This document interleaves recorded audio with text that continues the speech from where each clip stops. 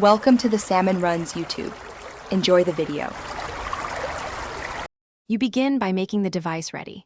Charge to at least 50% and connect to a stable Wi-Fi network so the download won't stall. Once done, back up your important data to cloud or local storage to avoid loss. A quick Google account sync covers contacts and settings.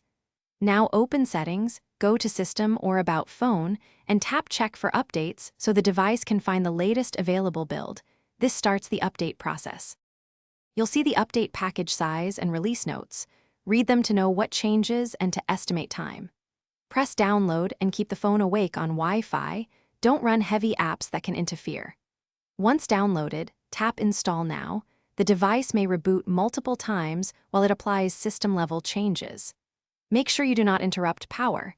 Let the phone complete optimization and verification so apps and services adapt to the new Android version. After the final reboot, you should confirm the new Android version and build in settings so you know the update succeeded. Make sure apps are working. If you notice slow performance or crashes, first restart the phone and clear app caches. If problems persist, clear the system cache partition from recovery mode. This often fixes leftover conflicts. If even that fails, restore your backup or seek manufacturer support. The cache wipe is the key troubleshooting tip to try before a full reset. Thanks for watching. Consider subscribing if we helped you.